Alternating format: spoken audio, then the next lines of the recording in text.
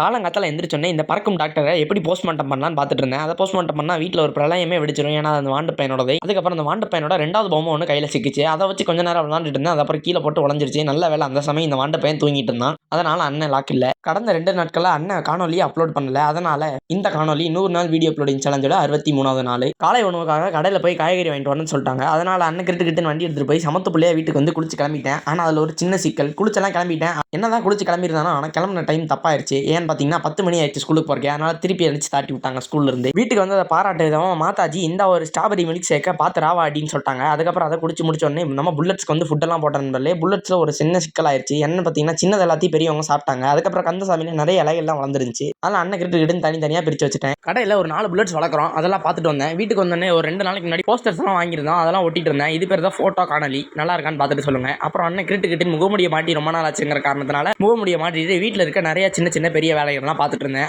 அப்படியே வெளியே போலான்னு வண்டி எடுத்து பார்த்தா வண்டி ஸ்டார்ட் ஆக மாட்டேருச்சு. அப்புறம் நல்லா தள்ளுன்னு தள்ளிட்டு போயிட்டு இருந்தேன். என்ன பிரச்சனைன்னு பார்த்தீங்கன்னா வண்டி ஸ்டார்ட் எல்லாம் ஆகுது. ஆனால் முறுக்கும் போது வண்டி மூவ் ஆக மாட்டேங்குது. அப்படியே கால்நடையா போய் பக்கத்தில் இருந்த பழுது பக்கம் கடையில் வண்டியை விட்டுட்டு திருப்பி கால்நடையாவே வீட்டுக்கு வந்துட்டேன். நண்பர்களே, வீட்டுக்கு வரக்குள்ள செல்லு செத்துருக்கும். நல்ல வேலை ஜஸ்ட் மிஸ்ல போய் சார்ஜ் ஊத்திட்டேன். அப்படியே நீங்க மதிய உணவு சாப்பிட்டு நம்ம கிஷோரனோட வாட்ச் கலெக்ஷன்ஸ்லாம் ஒன்று பார்த்துட்டு இருந்தேன். அண்ணன் கொஞ்சம் ரூடா பேசியிருக்காப்ல. பரவாயில்ல, நிறைய வாட்ச் எல்லாம் புதுசா அடுக்கி வச்சிருக்காரு. சூப்பராக வச்சு பார்க்கும்போது அது மட்டும் இல்லாமல் இன்னும் நிறைய போஸ்டர்ஸ்லாம் மிச்சம் இருக்கு நண்பர்களே. அதெல்லாம் ஒட்டணும். என்ன ஆச்சுன்னு தெரியல. அண்ணன் கிரிட்டுன்னு எல்லா வேலையும் முடிச்சுட்டு எழுத ஆரம்பிச்சு ஒரு புது யுத்தி வந்த மாதிரி எழுத ஆரம்பிச்சிட்டேன். அப்புறம் எழுதுற வேலையெல்லாம் முடிச்சக்கப்புறம் இந்த வாண்டு பையன் ஒரு 4 மணி போல வீட்டுக்கு ஒரு அட்வான்ஸ் போட்டான். அதுக்கப்புறம் கிரிட்டுன்னு நம்ம ஒரு சாக்கி சாப்பிட்டு கிளம்பிட்டு நண்பர்களே. இன்னைக்கு ஒரு முக்கியமான ஷூட் இருக்கு. நேரா போய் பழுது பக்கம் கடையில் வண்டியை விட்டுருந்தோம். அதனால் வாண்டு பையனை போய் எடுத்துட்டு போட்டோகிராஃபர் நண்பரை கூப்பிட போயிட்டேன். நம்ம போட்டோகிராஃபருக்கு சுயநினைவே இருக்காது. எங்க இருக்கும்லாம் தெரியாது. திடீர்னு தூய வார்த்தையெல்லாம் பேச ஆரம்பிச்சிருவாரு. அப்படி நேரம் நம்ம ஷூட் எடுக்க வேண்டிய கடைக்கு போயிட்டு நம்மளே இது நம்ம போட்டோகிராஃபரோட கேமராவில் எடுத்து காணொலி. மன்னிச்சிருங்க, அண்ணன் பின்னாடி பேசிட்டு இருப்பேன் கிளைண்ட் கூட. அப்புறம் அங்கிருந்து முடிக்கிறக்கே மணி ஒரு 9 போல ஆயிடுச்சு. அப்படி அண்ணனுக்கு மர்டர் பசி. அதனால வீட்டுக்கு வரும்போது வண்டியில ஒரு வளைக்கும் காணொலி ஒன்று எடுத்துட்டு நேரா வந்து இந்த ஜியை பார்த்தேன். இவர் தான் நமக்கு டெய்லி செயற்கைக்கோழி முட்டையும் மில்க்கும் சப்ளை பண்றவர், அதாவது மல்லிகை கடைக்காரர். அப்புறம் வீட்டுக்கு வந்து இரவு உணவு சாப்பிட்டு காலையில எப்படி